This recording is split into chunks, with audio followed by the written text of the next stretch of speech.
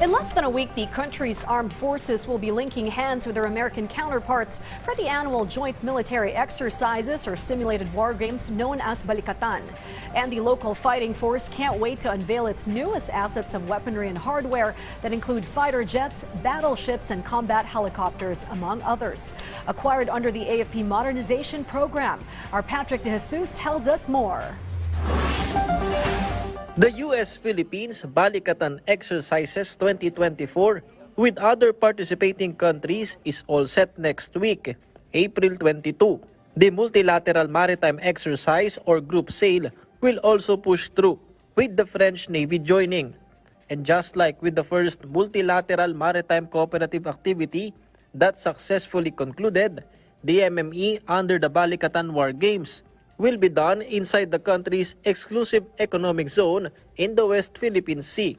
Coast Guard ships of the Philippines and U.S. will also set sail. The AFP emphasized the importance of multilateral maritime exercise as part of Balikatan up to the limits of the Philippine EEZ. This amidst continued Chinese harassment.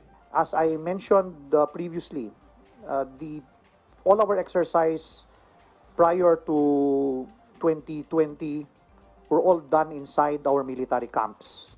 You perform an exercise within a military camp and you've been doing it so many times, it no longer presents any challenges, no more surprises, and it limits also the type of involvement of the capabilities that you want. So these new geographic locations actually provide itself more learning opportunities on the part of the armed forces, not only at the tactical level but also at the operational level.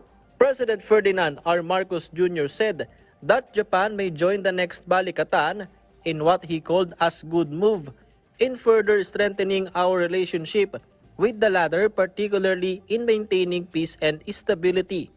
The AFP supports this. Actually, we invited Japan as early as last year during the mid and final planning conference. However, it was already too late at that point of the planning process that they will just send observers for this year.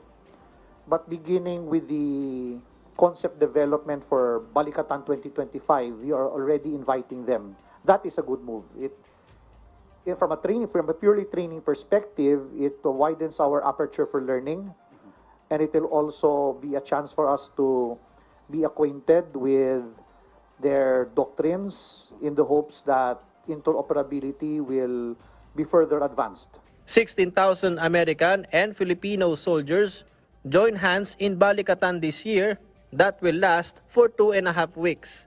Patrick De Jesus from the National TV for a new and better Philippines.